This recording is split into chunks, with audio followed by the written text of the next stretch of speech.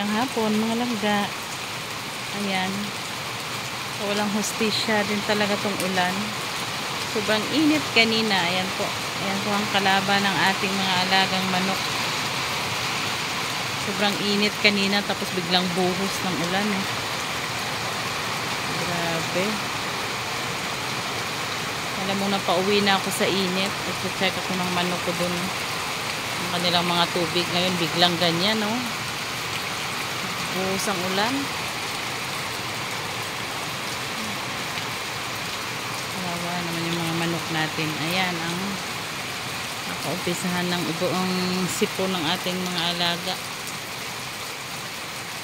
Ayan, ang ganda. Ang ganda galing kanina. Nililinis ko yung ilalim ng tipi at pinag-grass katiran. Yan lamang po mga langga. Sa hapon na ito, i-share ko lamang at biglang umulan dito sa amin. Sobrang init kanina. Ayan, sana po mga manok natin ay malulusog lang at walang sakit. Kaso pag ganito ang panahon, talaga namang bigla din ang pagkaroon ng sakit ng ating mga alaga. Yan lamang po mga langga. Happy farming. Ayan.